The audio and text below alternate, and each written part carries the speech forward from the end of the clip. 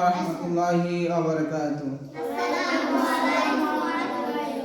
আলহামদুলিল্লাহ, সমস্ত প্রশংসা সেই মহান আল্লাহ তাআলার জন্য, যে মহান রব্বুল আলামিনের অশেষ মেহেরবানিতে আমরা বিশুদ্ধ কোরআনের পদ্ধতিতে কোরআন শিক্ষার ক্লাস আমাদের চলমান। আল্লাহ তাআলা আমাদের পবিত্র কোরআনুল কারীম শিক্ষা করার মতো তৌফিক দান করুন, আল্লাহুম্মা আমিন। যাতে আমরা নিজের জীবনকে করতে পারি, পরিচালনা করতে পারি, সেই তৌফিক আল্লাহ তাআলা দান করুন, আল্লাহুম্মা আমিন। আমরা বিশুদ্ধ কোরআন পড়তে হলে 7টি বিষয় জানতে হয়। এই বিষয়গুলো ক্লিয়ার হয়েছে। হুরুফ, হারকাত, তানবিন, সুকুন, তাসদীদ, মাখরাজ, তাজবিদ, 7টা বিষয় ক্লিয়ার হয়েছে। আমাদের হুরুফ পরিচয় চলতেছে, অক্ষর পরিচয় কি চলতেছে? অক্ষর পরিচয় চলতেছে। এই অক্ষর পরিচয়ে আমাদের 4টা অক্ষর হয়েছে। কয়টা অক্ষর হয়েছে? 4টা। আলিফ, মিম, লাম আর নুন, 4টা হরফ হয়েছে। 4টা হরফ হয়েছে না? তাই আমরা 4টাই শিখেছি। এই 4টা হরফ আজকে আমরা বোর্ডে শিখবো। কিসে শিখবো? বোর্ডে শিখবো। তাহলে আমরা একটু পড়ি।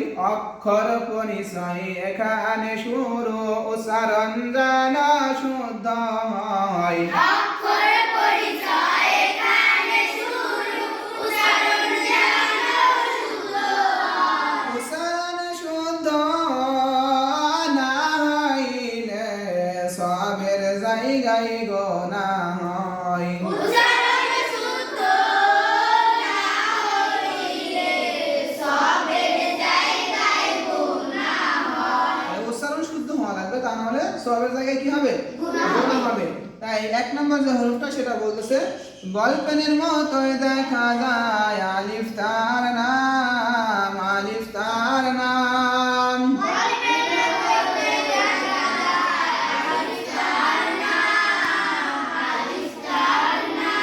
কিসের মতো দেখা যায়? বলপেনের মতোই দেখা যায়। তার নাম কি? আলিফ। তার নাম কি? আলিফ। তার নাম আলিফ। বলপেনের মতোই দেখা যায়, তার নাম হচ্ছে আলিফ। তাহলে একটা দাগ হলে সেটা হবে কি? আলিফ। সেটা হবে কি? আলিফ। এখন বলতেছে বলপেন যদি না থাকে খাড়া দাগের নিচের দিকে ডানে টান, আলিফ তার নাম, আলিফ তার নাম। বলপেন যদি না থাকে খাড়া দাগের নিচের দিকে ডানে টান, আলিফ তার নাম, আলিফ তার নাম। তার নাম কি? আলিফ। তাহলে খাড়া একটা দাগের নিচে ডান দিকে টান হবে। কোথায় টান হবে? ডান দিকে টান হবে। খাড়া দাগের নিচের দিকে কোথায় টান? খাড়া দাগের নিচের দিকে ডানে টান। খাড়া দাগের নিচের দিকে ডানে টান। আলিফ তার আলিফ তার নাম। এই আলিফকে আবার হামজা বলা হবে। আলিফকে আবার কি বলা হবে? হামজা বলা হবে। আলিফকে আবার হামজা বলা হবে। তাই বলতেছে আলিফকে কখন হামজা বলা হয়? আলিফকে কখন হামজা বলা হয়? হারকাত তানবিন সুকুন থাকলে আলিফকে কখন হামজা বলা হয়? হারকাত সুকুন থাকলে আলিফকে কখন হামজা বলা হয়? হামজা উচ্চারণ কেমন হবে? হামজা উচ্চারণ কেমন হবে? হামজা হরফের শুরু হতে শক্তভাবে আদায় হবে। হামজা হরফের শুরু হতে শক্তভাবে আদায় হবে। হামজা জবর আ। হামজা জবর আ। তাহলে হামজার উপরে কি হয়েছে? জবর হয়েছে। হামজা জবর আ। হামজা জবর আ। হামজা জের ই। হামজা জের ই। হামজা পেশ উ। হামজা পেশ উ। আ ই উ। আ ই উ। আ ই উ। আ ই উ। আ ই উ। আ ই উ।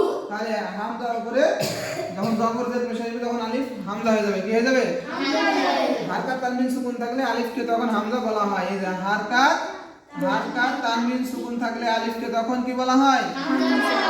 হামজা বলা হয়। এই যে হারকাত তানবিন আর কি সুকুন, সুকুন না? সুকুন তো? জি। হারকাত তানবিন সুকুন থাকলে আলিফকে তখন কি বলা হয়? হামজা। হামজা বলা হয়। এরকম হবে, অথবা এরকম হতে পারে। এরকম সুকুন হলে এরকম হবে। কথা বোঝা গেছে? হারকাত তানবিন সুকুন থাকলে এই তিনটার যে কোনো একটা থাকলে আলিফকে তখন কি বলা হয়? হামজা বলা হয়। তাহলে হামজা উচ্চারণ কেমন হবে? হামজা হলকে শুরু হতে শক্তভাবে আদায় হবে। তাহলে 1 নম্বর হরফ গেল। এখন 2 নম্বর হরফটার নাম কি? মিম। 2 নম্বরটার নাম মিম। বলতেছে দাদুর লাঠির মতোই দেখা যায় যায় তার নাম মিম তার নাম মিম তার নাম কি জানো মিম এবার বলছে দাদুর লাঠি যদি না থাকে গোল সিনের বামে টান তার নাম মিম তার নাম মিম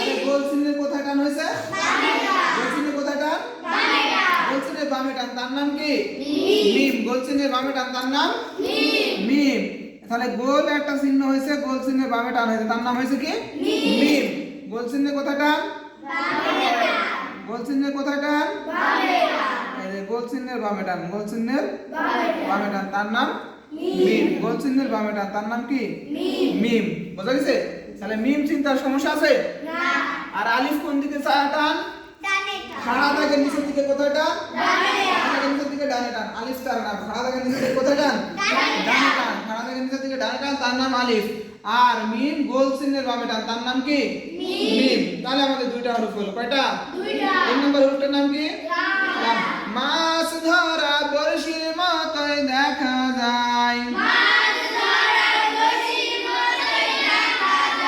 তার নাম লাম তার নাম লাম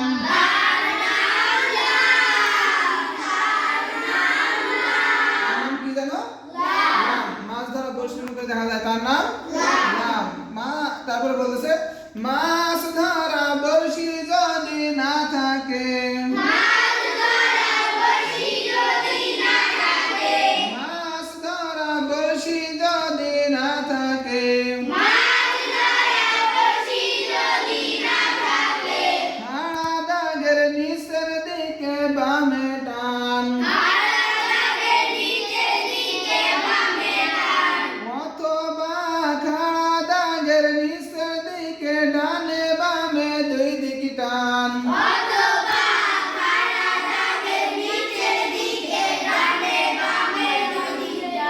তার নাম লাম তার নাম লাম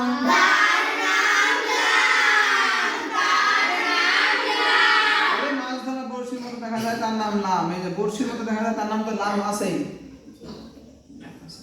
অথবা খাড়া দাগের নিচের দিকে বামে টান অথবা এই যে ডানে বামে দুই দিক টান ডানে বামে দুই দিক টান তার নাম কি হবে লাম হবে খাড়া দাগের নিচের দিকে বামে টান অথবা ডানে বামে দুই দিক টান কথা বোঝা গেছে ডানে বামে দুই দিক টান তার নাম কি লাম তার নাম লাম তাহলে লাম আমরা চিনেছি লাম চিনেছি আর সমস্যা আছে আর সমস্যা নাই এরপরে লামের পরে কি হলো নুন বলতেছে ঈদের সাদের মতোই দেখা যায়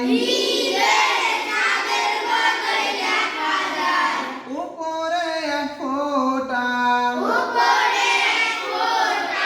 তার নাম নুন তার নাম নুন তার নাম কি জানো নুন এবার বলতেছে ঈদের সাদ যদি না থাকে একটি আলের উপরে একটি ফোঁটা পাইলে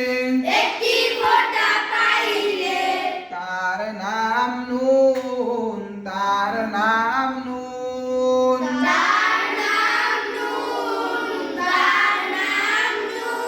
তাহলে একটি আলের উপর একটি ফোঁটা পাইলে তার নাম কি হবে নুন তাহলে আমরা নুন চিনেছি চারটা হরফ আমাদের হয়েছে কয়টা হরফ এই চারটা হরফ আমরা ব্ল্যাকবোর্ডে শিখলাম কিসে শিখলাম ব্ল্যাকবোর্ডে আমরা শিখলাম আল্লাহ তাআলা আমাদেরকে আরো হরফ যে বাকি যে হরফ রয়েছে 25টি এই 25টি হরফ এই 25টি আর 4টি 29টি কয়টি বাকি 25টা হরফ শিক্ষা করে নিয়ে সুন্দরভাবে কোরআনটা শেখার মতো তৌফিক দান করুন আল্লাহুম্মা আমিন আল্লাহ তাআলা আমাদের প্রত্যেককে সহিভাবে কোরআন শেখার তৌফিক দান করুন। আল্লাহুম্মা আমিন।